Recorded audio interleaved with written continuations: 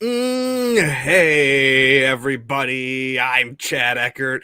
That's Joe Idone. This is the Preferred Lines podcast. You will find us each and every Monday evening during the PGA Tour season, cracking beers, betting on golf. Hey, what an off season.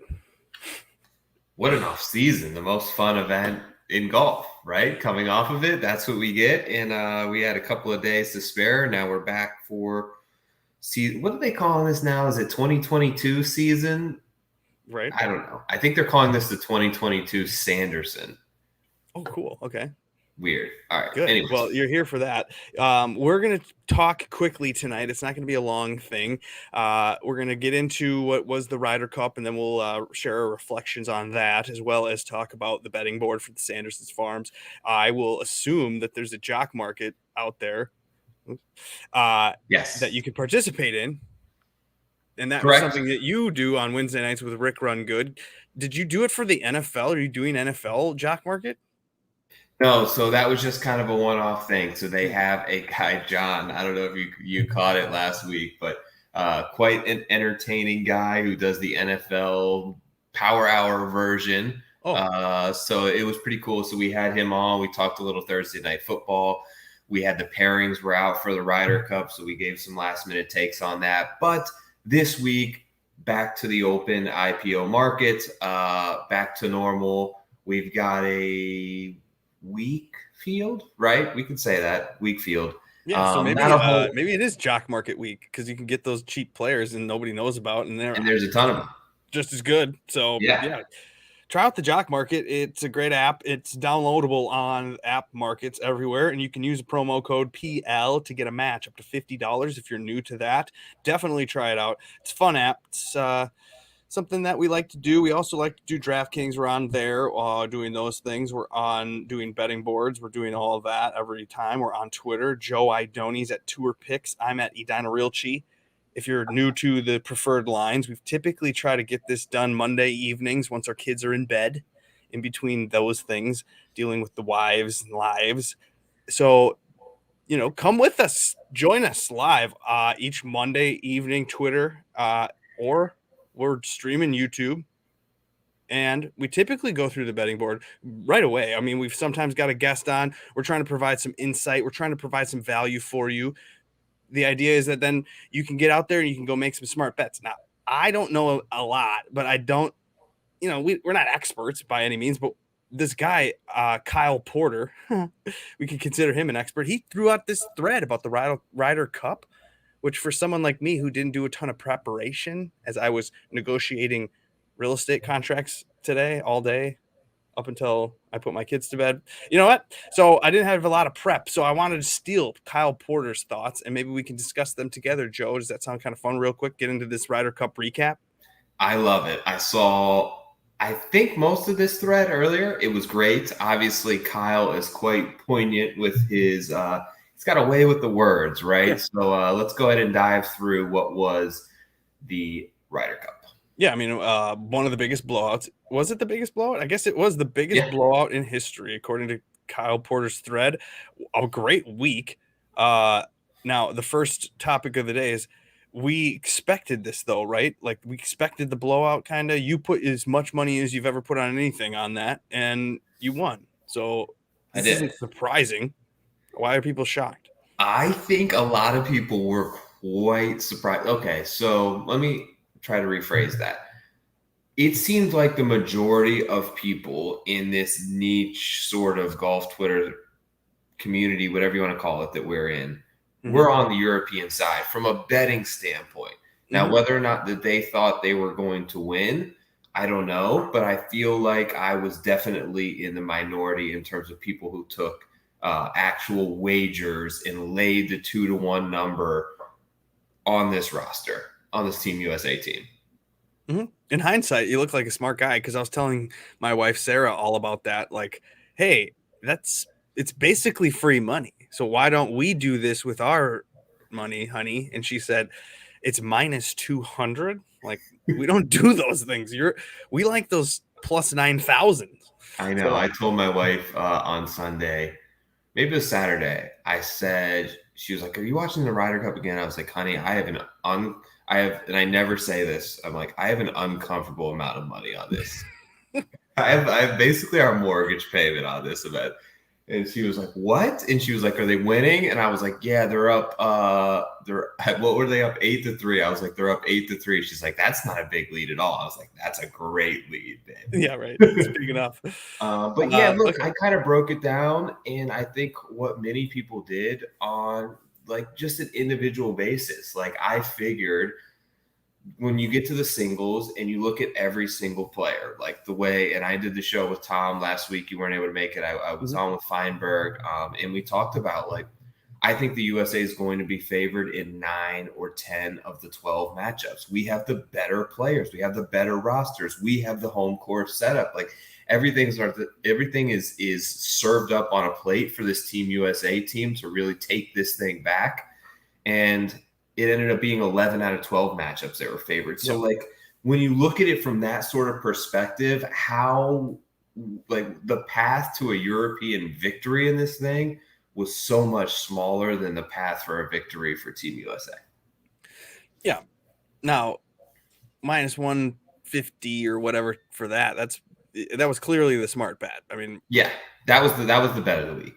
But the truth, though, is that this was I saw a ton of people betting on different stuff, and I did a little bit of the stuff with singles where I parlayed a few guys and I took some data golf advice and I put some stuff out there. But before that, I never got to the point where it felt like I wanted to, or I was inclined to pull the trigger. I felt like this is easy money. So like, I never really fired off. So I don't think the Ryder Cup is the best betting event ever. I had a ton of fun with it. I mean, I was on the right side, so that always helps with anything betting wise. But yeah, everything kind of lined up for me, right? It was like rooting interests, my favorite like players to root for, all on the same team.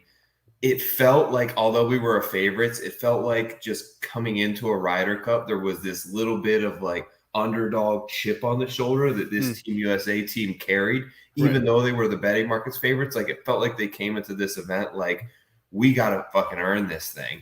And the other, everything lined up, right? The part of it that lined up for me too is Max Homa hit the week before, so I had a ton of money in the account, which I was able to put into Team USA. So it all kind of worked out. I got the sort of finale to the and I'm sure we'll touch on it in a minute, to the Bryson and Brooks thing that I think was the best way it could have possibly ended for both guys and for everybody who's fans of both of them. So it was everything. It was a great, awesome, incredible event. So back to this Kyle Porter thing. How about Sergio though? He's kind of the man. He was awesome. Yep, I had Sergio as top European, and he didn't end up pulling that through because Ron was so strong, and he really, if he could have won against Bryson, he actually would have taken it home. But he's amazing. I thought incredible, like sportsmanship really grew on me with Sergio from the way that he handled the Berger and Brooks thing to the way that he was kind of cool with Bryson down the stretch there, and really like, it just seemed like he was a great sport about it all. He's really, in his older years, I guess we could say, really turned that around in terms of a public perception standpoint of how United States golf fans used to view Sergio Garcia 10, 15 years ago, to the way that he was basically getting a standing ovation coming up the 18th hole, I believe, or the 16th hole, where his match ended against Bryson. So it was awesome to see. He was great. Yeah. I mean, really not even 10. I mean, it was less than 10 years ago when he was smashing that bunker in Saudi Arabia, or he was pissed off about stuff. Yeah. I mean, we've seen him do some dumb stuff. Yeah, the big one was the U.S. Open in New York, right, where the fans started to get on him, and he chirped the fans back, and it got ugly. So that was his like Bryson moment of the fans turning on you, which was the first time we really saw that. So good to see him come full circle. He played great. I don't expect him to carry much momentum into this week, though. I just don't think emotionally and he's going to be all in. I think he's obligated to be here as one of the defending, if not the defending. Yeah, the defending. So Sergio, that's funny though. He's just cute. Like we can give Sergio a pass now that he's older and more of a veteran. We'll see him as a captain soon too. We'll see these two guys that Kyle talks about in his third point about Lee Westwood and Ian Poulter ending up with wins in their matches. Is that true? I guess I didn't even notice that. In the way that they finished off this Ryder Cup, which could potentially be Lee Westwood's and Ian Poulter's last. Do we expect that? I kind of think they are riding off into the sunset a little bit. Kind of, yes. I also think to a certain degree that who's going to replace them is like what I'm wondering. Like, who are the young like studs out there that are going? I mean, obviously you have Robert McIntyre is I think the one that everyone's kind of got circled that I think was close at one point to making this team. Mm-hmm. And then in the end, he just didn't carry enough form toward the end of the season. But I think he's the guy that they're looking toward to in regards to the future. I think Team USA has a stockpile of guys from Zalatoris to Wolf to like Cameron Champ, potentially even like these young great American players, Sam Burns, absolutely, that are they're positioned so well to really go on one of these epic runs that we just saw Team Europe go on. And I don't really know who they've got in the pipeline that has that type of potential that I've seen yet. So, dude, with that said, you know what they should do is the U.S. should petition to increase the roster and allow for like 16 spots so that they can just rack up even more points and just make that bench deeper so that the U.S. can just crush even more. Yeah, so it's interesting though. Like you really you get to the singles, right? But the coaching part of this is always like fascinating to me because there's part of me that's just like play your best guys, right?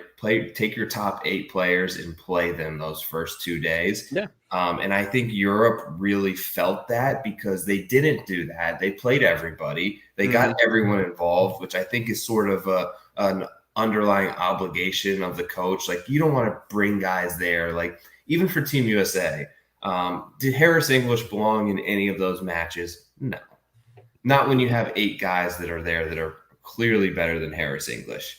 But you feel this sense of I brought him here. He was a captain's pick. I can't sit him until Sunday. I got to play him. But then you end up with Xander on the bench. You end up with JT on the bench. You end up with Brooks on the bench. You end up with Morikawa on the bench one day. It's like for English, for right. You know. Right. So, no, you're right. Yeah, no, you're right. You know, Europe sat Sergio. They broke him and Rama, which I thought was a big mistake. They sat Rory, which I think was a big mistake, even though he didn't play great. But you're putting out there Westwood and Poulter, and you're sitting Rory. I don't care how you never should do that. No, logically that doesn't make any sense. It doesn't make sense. Yeah. We don't need to remember every point that he's making here, but Finau, my goodness, that guy was great. He was the coolest, is what Kyle Porter says. It's true. He thrived on the stage, and I think he did look effortless. Looked like he was loving life. Looked like it could be the beginning of the renaissance of Tony. It's like Bryson and Tony, they really truly had the best weeks they could have ever had for maybe the remainder of their careers. I like it. Finau especially. So Finau was great, but he was bad at golf. He didn't really score that many points, did he? Was Bryson. Like for me, that is the biggest takeaway that I will remember from this thing. While it was cool to see Finau play well, I think the second biggest story was the resurgence and dominance of Dustin Johnson, because he was awesome. And we haven't seen him be awesome in like a year. So there's part of it that came a little bit unexpected and out of nowhere with DJ. We'll talk about Bryson. Finau was great. Rahm was spectacular. He is their guy. He is the best player in the world. And I think it's pretty much unquestioned. And Bryson was everything, man. You know I'm Team Brooks, but I had a huge moment where I switched and he endeared himself so much to me, man. And it was just like capitalizing on the moment. It all felt like an exhibition on everything that Bryson needed. The fans got behind him. He played fantastic. Dude, going for the green, like he took heat for the speed trading stuff, and that was all worked. it all worked. Yeah. He picked up another 15 yards. He had the drive of the week. What he did on the first hole, like to be able to not only hit it that far, but to hit the green and then make the eagle putt was an epic moment for Bryson. Dude, he just stomped on any of the Euros chances of having any momentum at all whatsoever. He basically was like, it's over, you guys. Look at me. I'm just destroying this guy who is one of their better players. It's over. So, dude, the next time you're on the golf course, or any of you out there who happen to be watching this show right now, and you get up to a tee box and the hole is 390-yard par 4, I want you to look at the green and the flag and think, this guy Bryson fucking hits it on the green. Unreal. It's unbelievable. Like, I was out there, I did it this weekend, and I'm like, just think about that. Like, to be up there in that greenside bunker or greenside or even on the green on a 390-yard hole, it looks ridiculously far. Like, dude, what about the 3-wood? Because I have never seen him play, and I need, like, now part of me is like, I need to go somewhere because I don't think he ever comes to the Honda. I'm like, I need to go somewhere and like watch this guy come up to the 3M Open. He'll probably play here again. Yeah. No, okay, so yeah, Bryson's just amazing. He's so fun to watch. He's such a good entertainer, and like, honestly, this is the best thing that's ever happened to his reputation, is playing where they didn't have any beef, and they did say, "Screw you, this isn't that important to us," and then they proved it, and they kind of, with the hug at the end, put the cherry on top, and I almost feel like we watched a season of a TV show. And like the girlfriend and the boyfriend, a whole season, we're going back and forth, and then at the end of the season, like they get together, but then they like don't. They like have this mutual cordial breakup, and they're gonna go find new people, and then we get a new. I'm so excited for the next season, like, because there's gonna be more. I mean, this isn't the end of Bryson Brooks, and like this is gonna be great. This is gonna be something that just is gonna entertain us for so long. I think it sort of does close a little bit of the chapter here. Mm-hmm. And I think that it was the perfect culmination in the way to end this. Like, for so long, I clamored for an individual matchup on a Sunday at a major and a head-to-head. But this was better, right? Because now Team Bryson becomes Team Brooks, and Team Brooks becomes Team Bryson, and it's all Team USA. And that's all that like really ended with this, is we're all like sort of, it felt like we're all kind of in this together, and they were all there and they made the comments, and like, it's going to be, the crazy part about this is because of what just happened, and it's totally unfair to this individual, because this was going to happen whether he was on the team or not. But how in the world does Patrick Reed get himself back on this team? If he doesn't auto qualify, it's going to be almost impossible. And I think that that's extremely unfair to Reed, because I think if you take out English or take out Scheffler even, who beat Rahm, and you insert Reed there, the exact same thing happens this week. They all come together. The team unity is there. The group shots are there. They're hugging Patrick. Patrick's hugging them. Oh, they're giving them shovel joke bullshit. Yeah, exactly. So here's what's going to happen is Patrick Reed's going to become the Captain America of the President's Cup team. And because you know that these people that are like Xander and other people like don't care about the President's Cup as much, so they're going to bow out of the President's Cup, and people like it's going to be like the JV circuit. But Patrick Reed's going to lead it, and he's going to try to help everybody that's in that little circuit try to prepare to get to the Ryder Cup circuit level, because we know that the President's Cup is on a different level than, or you know what I mean? Like, we know the Ryder Cup. But honestly, like the way that this thing shook out, the rosters aren't that far off anymore, man. Like, that President's Cup team was fucking deep. And I know it's kind of scary actually to think about. Like, this Euro team's worse. Team Europe doesn't have. They've got the young fucking stars. True. They've got Sungjae. They've got Joaquin Neiman. They've got Abe Answer. They've got the freaking 24, 25-year-old stars that Europe is drooling for right now. Right. We have on Euro, they have Fitzpatrick, who's now like 27. So he's not even young anymore. And he's not that good. I saw no fire in Fitzpatrick. Yeah, he was a fraud. Totally unimpressed with him. I thought this was his coming out party, that he was going to be the next, give him the torch, let him lead Team Europe, even ahead of Rory. Into it of any player at the Ryder Cup. He looked like he didn't want to be there, and everyone else, like even the other guys, even the Westwoods, even like the Lowry was so pumped to be there. Like he was awesome. Terrell Hatton was awesome. Like those guys were fun. Fitzpatrick just looked like he wanted out of there right away.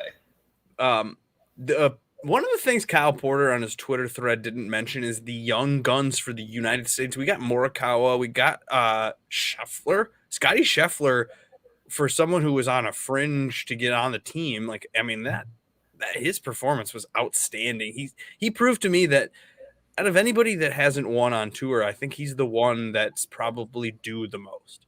Yes, 100%.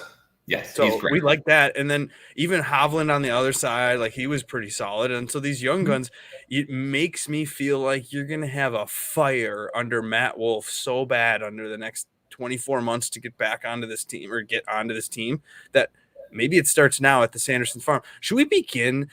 I mean, should we move on from this Ryder Cup? Do we have Let's talk Sanderson for a couple minutes. Yeah, because we don't really care that much about the Sanderson Farm. Actually, you know what? Let's do a little housekeeping before we do get into the betting board. Joe and I, you know, we lead these active lives. I've got a pregnant wife, and stuff happens. Monday Night Football, you're probably not even watching this, so this is why maybe, Joe, we decide to do this before Monday Night Football, after Monday Night Football, at halftime of Monday Night Football. We kind of mix it and match it in, and maybe you do it with somebody one week and I do it with somebody next week, and we kind of decide that this fall swing isn't as big of a commitment to us. Because what we know, though, Joe, about doing this podcast life is that you cannot burn out the family. The people upstairs from my basement, and I don't know, they're probably down the hall from you, because in Florida you don't have basements, but yes, you don't want to piss off the wife. This is a non-for-profit, like this is not for profit podcast here. So like they don't respect it as much as you'd think that they should. So what you don't want to do is you don't want to focus so much on the Sanderson Farms on September 27th that by the time the Sony Open in January happens, they're like, what the hell, bro? Because what we want to do is we want to like space it out. So like give me a week off, you have Joe do it, and then so we're going to do a little potpourri for this fall swing. It's not going to be as serious, and it's going to be more for fun, and it's not going to take up all of your time. Well, so let's just talk about it quickly. And here we go at the tippity tip top, which is weird, is Sam Bermuda Burns in, where are we, Mississippi? Yep, Jackson. The Clove Jackson. It is a Bermuda course. So Sam Burns, who we like on Bermuda, we like him everywhere pretty much now because he's proven that he's good everywhere on any surface, any grass type. But Bermuda, especially at 14-1, which when you're looking at the top of the betting board, normally there's a couple of front runners and they make it to the 10 or the 12. But Sam Burns at 14, that just seems confusing to me. Maybe that's just it's a tell for the strength of the field.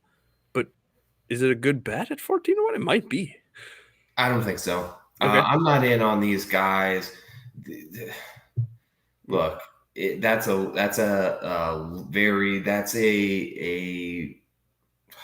like, I don't even know how to like compare it. It's like a Morikawa or like a Hovland type number that like you're looking at in a week event. Burns, don't think so. Not ready for that one. All these guys, the one that I was hoping to bet was Zalatoris. Just because of the history here at this course of guys that are really good on approach, who can be a little wild off the tee but have plenty of distance, and who frankly are not good putters that have a spike putting week here. Cameron Champ, Sergio Garcia last year won this thing, if you remember, with his eyes closed. Yeah, that's right. This was that week. That's been Will Zalatoris' sort of bug here. And for me, I like the two guys I was interested in are Zalatoris and Pereira because I wanted to see where their numbers were. I think Zalatoris is a much, much, much better player right now.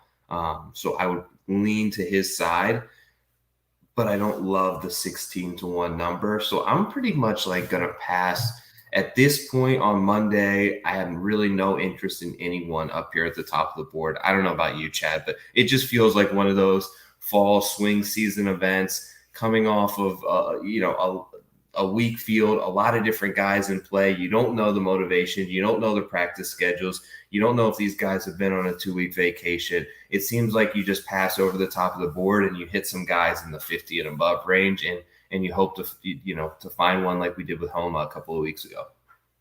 Joe, we have had a couple weeks now where it's not been the greatest betting events. It's the Tour Championship where it's kind of confusing and you're betting two different boards, and you got the Ryder Cup, you got these shitty fields. So maybe you don't do what you normally do when it's normal events. This isn't Torrey Pines. This isn't the heat of the schedule in the July. We're not going to go the normal route. So don't be afraid. Don't be thinking that you're going to do normal stuff. Go do your normal NFL stuff. On the golf side of it, just throw $2 or $3 on a couple guys. Unless you have a conviction about Sam Burns at 14-1 or Corey Connors at 16, or maybe you like Sung Jae on Bermuda too. He's at 16. Then you maybe decide that's the guy I'm going for. And you kind of go all in at the top of the board on one guy. But I agree with you there on your take about having a couple guys down the list, because we know, what do we know about these types of events? It's going to get to 20 under or so. Yep. You're going to have like the great putting week combined with your good wedge week, which goes to it all, where if you get hot with your wedges, you're going to have shorter putts and you're going to make those putts. And then once you get making those putts, you don't have to be as close with your wedges because you're getting more confident with your putts. So then it all works with itself. Yeah. Do we know how to predict that, Joe? It's tough, right? No. And look, all right, there's 3 guys up there: Burns, Zalatoris. I think they're all great players. I think they're all great Bermuda grass players. I think that they're all probably going to win in, say, the next 1.5 years. Could they win the Sanderson Farms? Yes, but I'd rather take them to win the Valspar at 60-1. Sure. I'd rather take them to win a WGC in Zalatoris at 35 or 40-1. So like there's bigger numbers. I think that they're just as likely to win as this event. And the reason that I don't like these type of betting the top here, and I talked about this a little bit the week of the Fortinet, is a lot of shots come from that 100 to 150 yard range, which is what? Your wedges, right? The difference between Sam Burns's pitching wedge in terms of proximity to the hole and go all the way down to like fucking Denny McCarthy is not that much, right? They're not that different of players with a pitching wedge. The difference with Sam Burns hitting a 5-iron and Denny McCarthy hitting a 4-iron into the green, because he's a little longer, is a massive difference. That's where these better players have the advantage. Long, difficult, like tough scoring conditions. That's where I'm looking for these great ball strikers to really capitalize on their asset, versus a week that comes down to a wedge fest. It brings a ton of the field into play, should they, like you mentioned, get a hot putter. Right.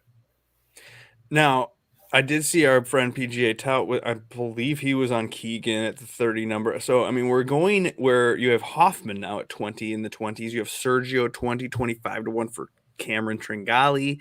Mito, like you said, he's there. He's 28. You might want to be doing that.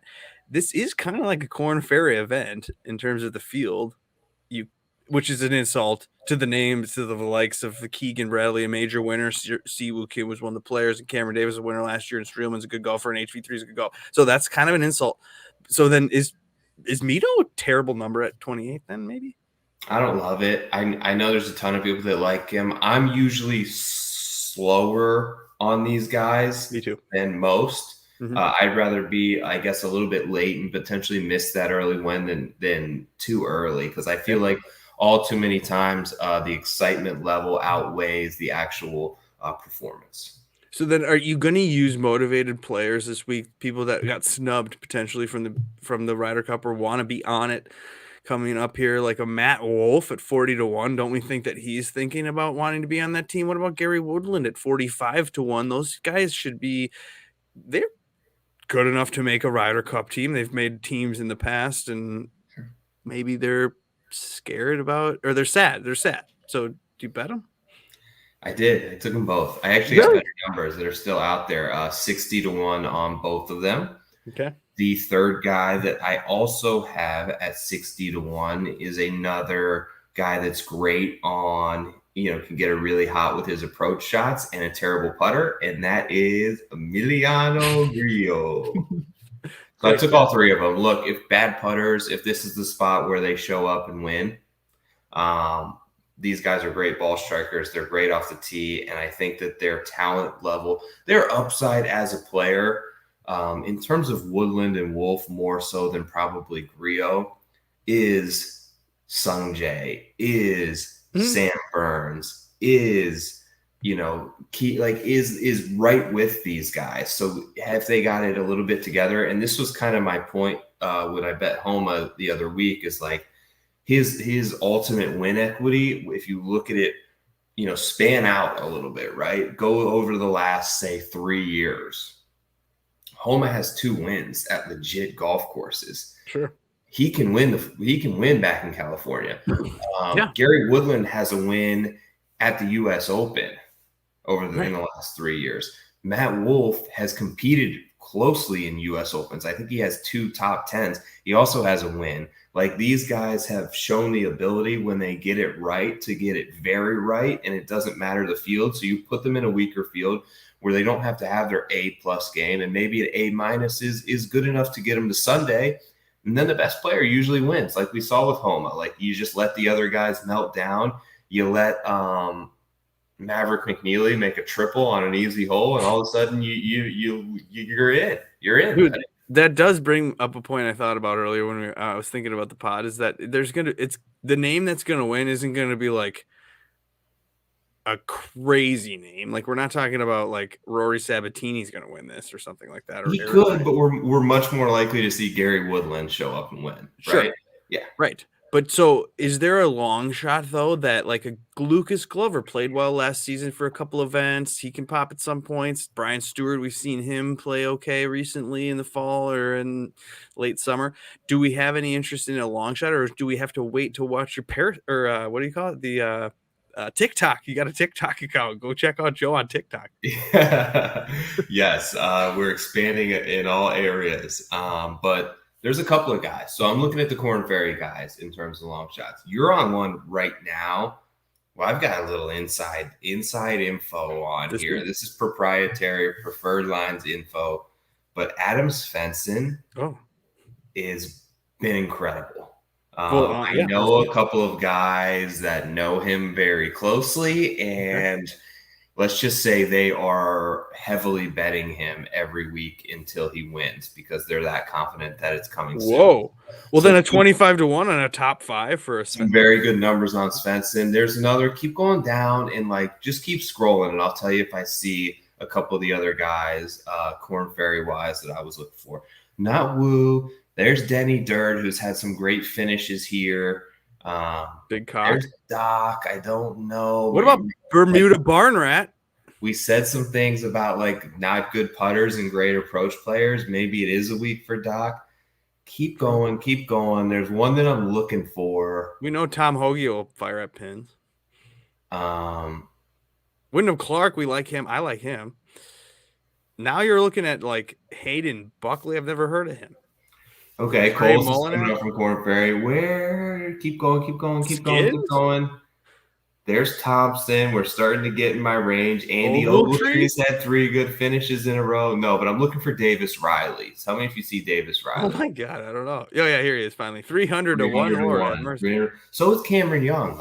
You remember Cameron Young? I think he led in driving distance. He was like Cameron Champ of the Korn Ferry Tour.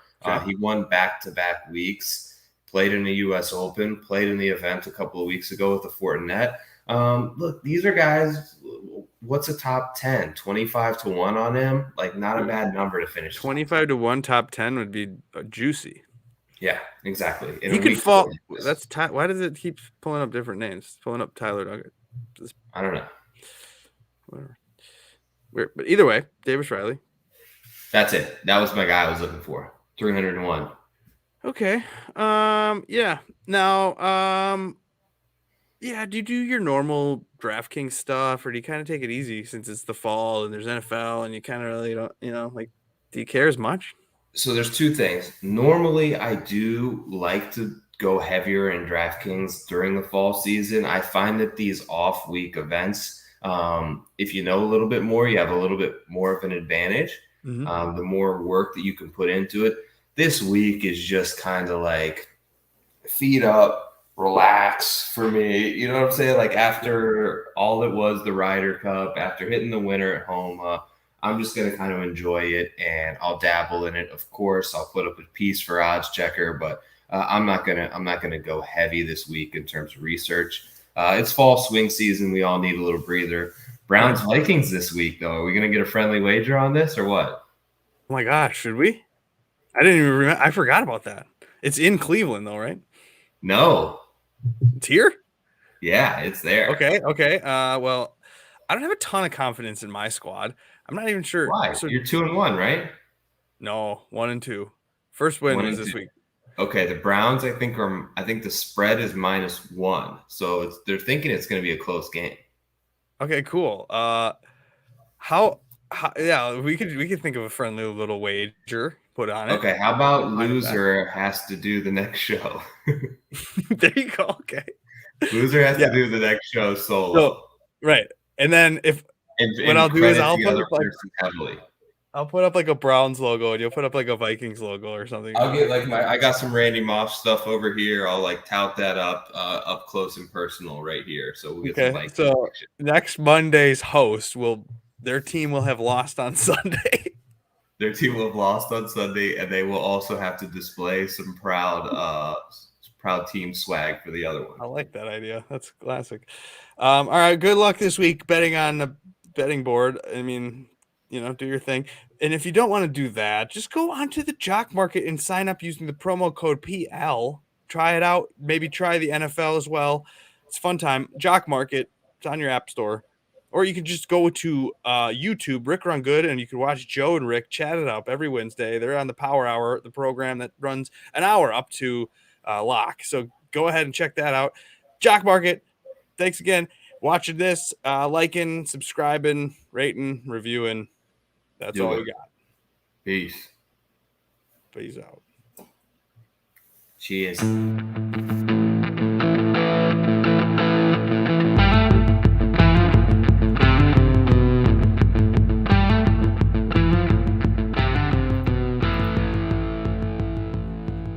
Peace out.